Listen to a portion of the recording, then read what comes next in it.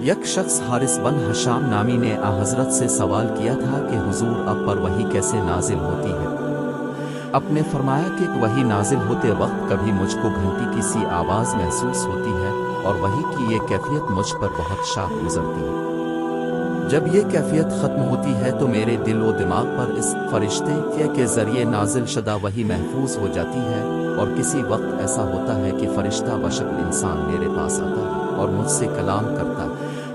بس میں اس کا کہا ہوا یاد رکھ لیتا ہوں۔ حضرت عائشہ رضی اللہ عنہا کا بیان ہے کہ میں نے سخت کڑاکے کی سردی میں حضرت کو دیکھا ہے کہ اب پر وحی نازل ہوئی، اور جب اس کا سلسلہ موقوف ہوا تو اب کی پیشانی پسینے سے شرابور تھی۔